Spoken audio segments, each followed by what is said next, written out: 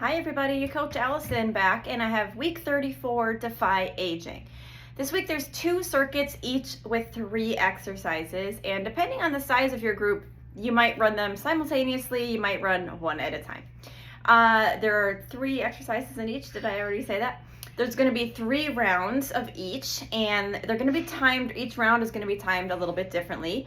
Round 1 is kind of our standard 30 seconds on, 30 seconds off. Round 2 is going to be a little bit longer at 40 seconds on, 40 seconds off. And round 3 is going to be a little bit baby round, 20 seconds on, 20 seconds off. So that'll feel nice for round 3 when you're a little bit more tired. So there's of course 6 exercises total. So let's review those 6 movements.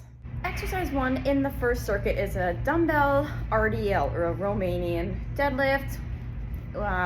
Dumbbell deadlift. We typically do our deadlifts with a kettlebell, so we're going to change it up to dumbbells this week. So the dumbbell kind of acts as a barbell, although a barbell would be perfectly fixed straight across, right? So it kind of forces your arms into this slightly awkward forced forward position. Dumbbells are nice because you can kind of split your arms apart a little bit, and you can kind of create a little angle. See how now my hands have a little angle to them as opposed to being fixed right in front of your legs. So that's kind of nice, a little more flexibility there with where your arms are placed. So as many of you know who've done deadlifts with us before, with the kettlebell, it's the same body movement and mechanics. You just have dumbbells instead of a kettlebell right in front of you. So the arms are still dead weight. So when you come up from the deadlift, still don't lift your arms, don't bend your elbows, don't shrug, dead weight. We're gonna let those dumbbells drift right down the fronts of the legs. So if you are coming down and you find the dumbbells way out here, see how they're kind of drifting out here? Watch how I'm gonna shift my body back a little bit. That's a little more appropriate as far as where you are placing, where those dumbbells are drifting down. So let's go through all those mechanics of a deadlift. Okay, you start at the top. My hands are kind of starting, I like to say the quote unquote the corners of my thighs. I know it doesn't really make sense, but I'm kind of starting my hands sort of on like the corner of my thigh here. And I'm gonna put a soft bend in my knees, hinging at my hip joint as I pop my hips back, pushing my hips and my butt back. So I'm not just leaning forward, I'm actually shifting my hips and my butt back. Those hands kind of draw right down the fronts of my legs, keeping them close to my shins, again, not letting them fall out here. As soon as you feel a nice stretch back here in your hamstring and your glutes, that's low enough. You don't have to go any lower than when you feel that stretch. Might be just kind of below or past your knees for most people. You don't have to go all the way down. Actually, it's not recommended to go all the way down to the floor. As soon as you feel that stretch, slowly come back up, thrusting or shifting those hips back forward. Don't thrust excessively like this, just come to a normal standing position. Putting all that together again. Soft bend to the knees, hinging at your hips, sticking your hips back. Hands are staying close to the thighs.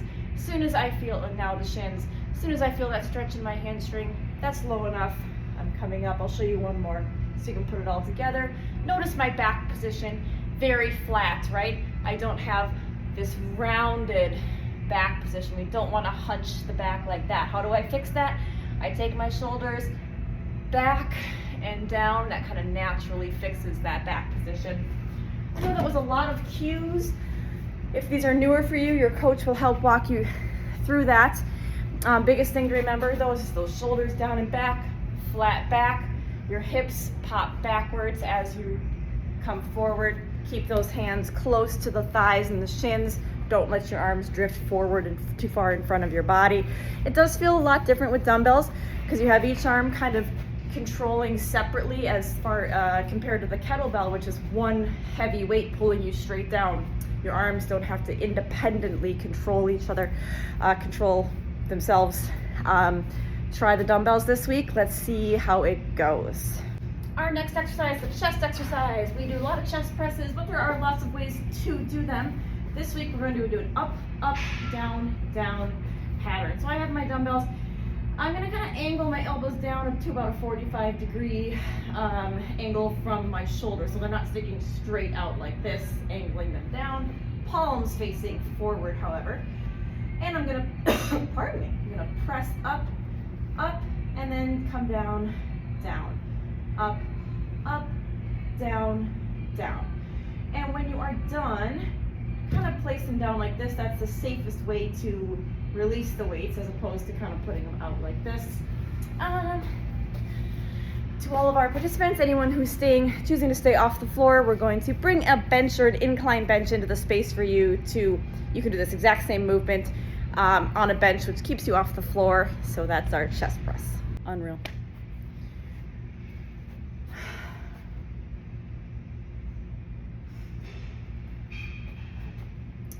Third exercise for the first circuit is a medicine ball toss and slam.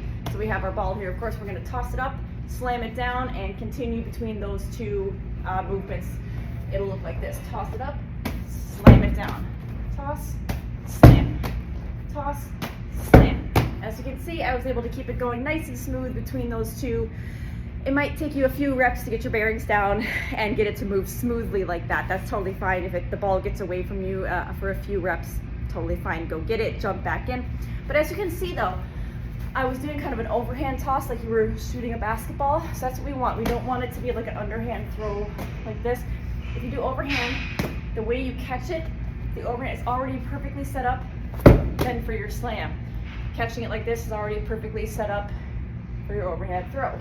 And if you continue that hand placement for catching it, it's already perfectly set up for each position to toss and catch, if that makes sense. So try to keep your hand position like that. It'll get it moving nice and smoothly so you don't have to reposition your hands. If you're finding you're needing to reposition your hands before each toss and slam, try to get your hands in that different position so it is able to flow nice and smooth. So that's our medicine ball toss and slam. First exercise for circuit 2 is a single leg bridge. So we are on the floor for this one. Okay, and one leg at a time. Obviously the leg is just up in the air somewhere, wherever you like. Bending this knee, keeping the foot flat on the floor. Try to avoid pushing through only the heel and so lifting up the toe, or vice versa. Try to avoid picking the heel up and pushing only through the toe. So flat foot on the floor, and we lift the hips up, tap the floor with your butt, but go right back up. We're not resting fully between each rep. So quick tap on the floor, right back up. Halfway through the set, we're gonna switch sides. Okay, this is the glute and hamstring exercise. Anyone wanting a progression, so making it a little more difficult, making it harder, they can do, that was very small, right? They can do an incline. So your coach will have something elevated.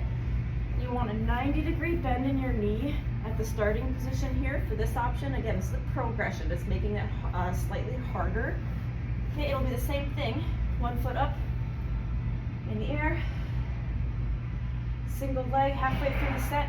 We'll switch sides. Notice how I'm putting the corner of my heel on this top, and I'm not pressing my flat foot into the corner of the object. It is a little harder, a little more proper way to do it by putting the heel on the top of the surface. Ooh, you're gonna feel that much more in the hamstring that way. Okay, so that's a progression if you would like to do that. And for our participants, gotta catch my breath after that. Staying off the floor, we're gonna do a split squat. I'm gonna take myself over to a wall for this to show you how to use the wall for some assistance for balance. It's kind of like doing a lunge, but there's no forward walking motion. We're keeping the feet in the same position. Split your stance. I'll show you this so you can see my feet better. Roll up onto your back toe a little bit, and we bend both knees. You can use the wall for assistance. You don't have to. It's going to be your alternative for that glute bridge. Halfway through the set, we'll switch sides. So same thing as our glute bridge, folks. But it is very important, show you a little bit more from the side, that you are, watch my back foot, rolling up to the toe like this, as opposed to trying to force the heel down. Because if you force your heel down, you can't bend your knee. Now I'm able to bend my knee. It's also important you're not cocking the foot out to the side like that. Okay, a couple important things. And that we're not like leaning forward like this. Try to keep your body up nice and tall and bend your knees sinking straight down. So a couple little more things to remember. Your coach can definitely help you with that, but that is the alternative if we're staying off the floor. Exercise 2 for circuit 2, I guess. A back row with that same up, up, down, down pattern that we did with the chest press. So we have a dumbbell at each hand. Body position is very important for a back row. We don't want to be just hunched over doing stuff icky like that. So we actually want that same, almost same body position as starting our deadlift. Remember the deadlift, which was like this, right? And look, I'm coming into about the first quarter or maybe third of that deadlift movement. So pull that out of your memory bank from previously in the warm-up demonstration, or sorry, the demonstration. And I'm locking that body position in, so hips back, flat back. See, my back's not hunched, it's nice and flat. Palms are turned in. They can have a slight little angle. They don't have to be perfectly neutral like this. Mine tend to want to go a little bit like that, and that's fine. We're gonna pull one up, then the other, and then lower, down, down. Up, up, down, down. And whatever speed feels, we're not trying to go excessively fast or slow motion, just nice natural speed. When you're bringing your arms up, keep the elbow kind of in tight, like you're trying to tuck that elbow into your spine behind you, okay? Make sure you don't start to creep up too high, because if we start to come up tall like this, we're actually turning it into a shoulder exercise. And we want it to be a back exercise. We want to work on these back muscles here. When you pull up like this, we're working those muscles there. So, lock in your body position. Back is about a 45-degree forward bend. Up, up, down, down. Up, up, down, down. If you start to feel a little tiredness in your low back from just being in this body position, focus on kind of sinking your body weight. You can't really see this, but sinking your body weight into your heels of your feet.